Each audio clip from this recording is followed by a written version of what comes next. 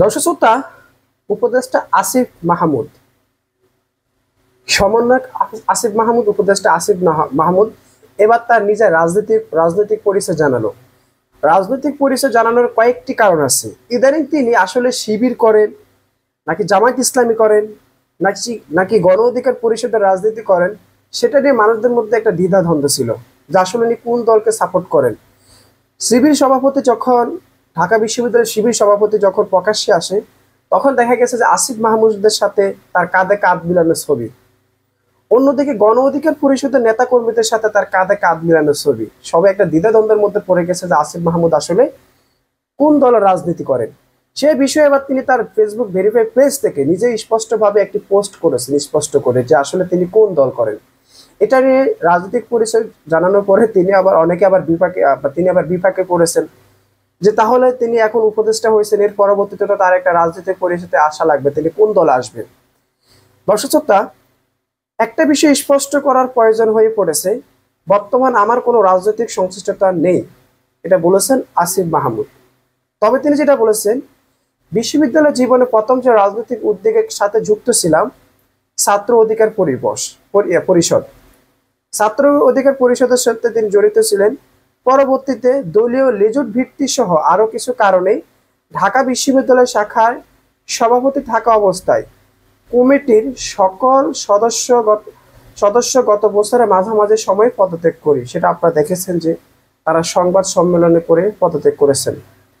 যদিও এসব বিষয়েও সামনে আনতে চাইনি, তবে অনেক জায়গায় বিভ্রান্ত সৃষ্টি হওয়া স্পষ্ট করার প্রয়োজন অনুভূত হলো। এখন জাতীয় ঐক্য ধরে রেখে সংস্কার ও পুনর্গঠনই অন্যতম লক্ষ্য।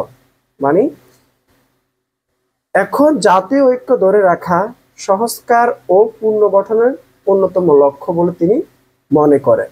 তাহলে তার উপদেষ্টার মেয়াদ যখন শেষ হবে, অন্তর্বর্তীকালীন সরকারের মেয়াদ যখন শেষ হবে, তখন কিন্তু তাদেরকে কোনো না কোনো রাজনৈতিক দলের সাথে যুক্ত হতে হবে। কারণ তারা চাইলে আর সরকারি চাকরি করতে পারবে না, যেহেতু তারা এখন সরকারের দায়িত্বেই পালন করতেছে। চাইলে কোনো সরকারি চাকরি করতে পারবে না তো বটে, এটা তাদের সাথে মানাবে না। হয়তো তারা নিজেরা কোনো রাজনৈতিক দল গঠন করবে, নয়তো তারা কোনো না কোনো দেখে শুনে কোনো রাজনৈতিক দলের সাথে তারা যুক্ত হবে। এই বিষয়ে আমি নিজেও দ্বিধাদ্বন্দ্বের মধ্যে পড়ে গিয়েছি যে আসলে করেটা কি এরা। কারণ যেভাবে গণ অধিকার পরিষদের রাজনীতি করছে সেটা আমরা সরাসরি দেখেছি, তাদেরকে সমন্বয়কদের মধ্যে বেশ কয়েকজন, এরপরে সমন্বয়কদের মধ্যে বেশ কয়েকজন দেখতেছি যে শিবিরের সাথে কাঁধে কাঁধ মিলিয়ে রাজনীতি করেছে। আবার কারো কারো আগের ছবি ভাইরাল হয়েছে যে তারা নাকি ছাত্রলীগের, আওয়ামী লীগের রাজনীতির সাথে জড়িত, পরবর্তীতে সেখান থেকে সরে আসে। এটা নিয়ে মানুষের মধ্যে বিভ্রান্তকর প্রশ্ন ঘুরপাক খাচ্ছে, যার কারণে উপদেষ্টা আসিফ মাহমুদ তিনি তার জায়গা থেকে এটা স্পষ্ট করেছে। তার মানে এখন তিনি কোনো রাজনৈতিক দলের সাথে সংশ্লিষ্টতা নেই, তার কোনো সম্পর্ক নেই। পরবর্তীতে যদি কোনো কিছু করার প্রয়োজন মনে করে সেটা তাদের উপদেষ্টা মেয়াদ শেষ হওয়ার পরে তারা করবে।